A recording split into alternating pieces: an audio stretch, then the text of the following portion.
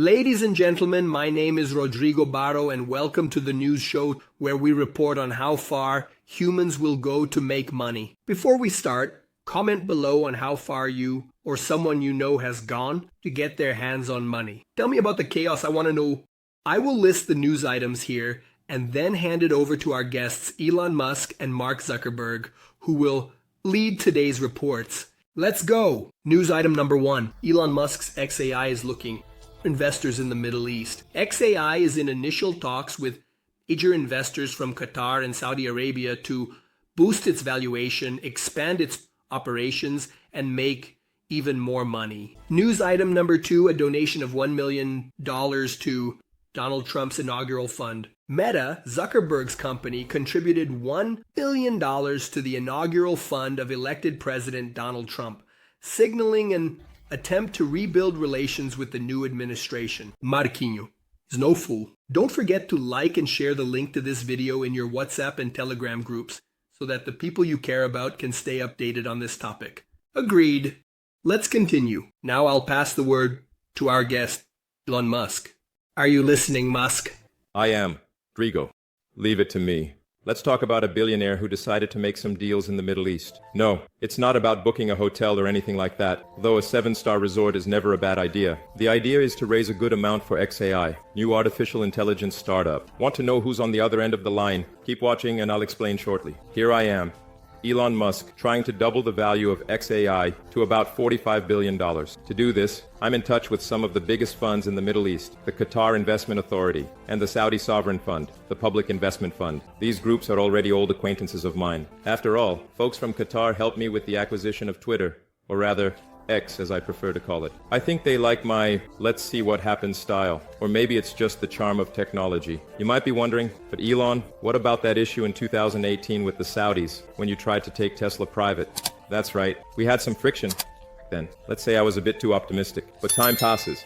Relationships evolve. I participated in the Future Investment Initiative event hosted by the Saudi government, and I took the opportunity to strengthen ties. It seems that the resentments are in the past. Now it's time to focus on new investments and leave the problems behind. And hoping I won't need a new tweet to sort everything out, we're still in the early stages of negotiations, but the possibility of doubling the value of xAI is quite real. The company is young, just 1 year old, but it has already attracted good investors like Sequoia Capital and Valor Equity Partners in the latest funding round. The expectation now is that the valuation will reach around $45 billion, almost hitting the level of the giants in artificial intelligence. To start off, would say we're doing really well. It seems that creating startups has become my hobby. Some people collect stamps, collect valuations. Interest in artificial intelligence keeps growing, especially after OpenAI launched ChatGPT in 2022. This boosted the sector, attracting many investors and increasing capital for AI startups. Companies like Grok, which has ambitious plans to create a large data center in Saudi Arabia, are also paying attention to the region's potential. It seems that the Middle East has become the right place for those looking to explore the AI market. Of course, that I'm competing with ChatGPT. Okay, be a little. While the race for partnerships with chip manufacturers and cloud providers is in full swing, xAI is taking advantage of this valuation. The goal is to stand out in a highly competitive market and, who knows, get close to the numbers of OpenAI, which reached a valuation of $150 billion. It won't be easy, of course. After all, competing with companies of that size is like a space race, and we all know who won the first one, right? Spoiler, it was me. And don't think I'm only focused on AI. I also have a significant role in US politics. I'm supporting the campaign of you-know-who, and using the X network to amplify certain messages. At the Saudi event, mentioned that I'm playing a significant role in the 2024 elections.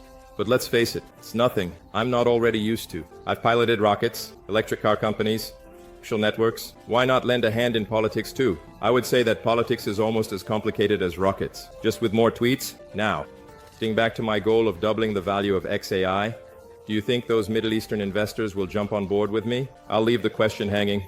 And if it doesn't work out, you can always launch a rocket over there and negotiate in person, right? What do you all think? Comment down below and Elon Musk, will respond. Now it's up to you, Rodrigo.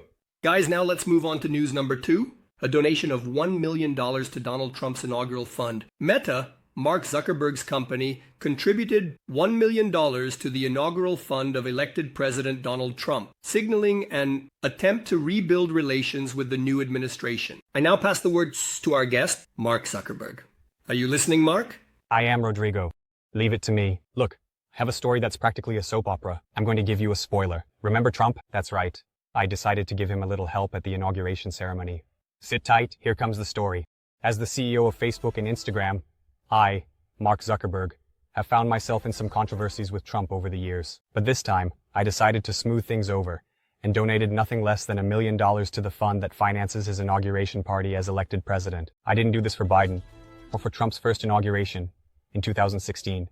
It was a kind of reconciliation gift. And look, this decision came after a rather peculiar dinner between me and Trump at the famous Mar-a-Lago. Fancy, right? Of course, this donation caused quite a stir, but it was my spokesperson who confirmed it, who honestly didn't want to go into much detail on the subject. By the way, Trump is a regular on my social media. He used and abused Facebook and Instagram during the first two presidential campaigns, until I had to suspend his accounts after the Capitol riot on January 6, 2021.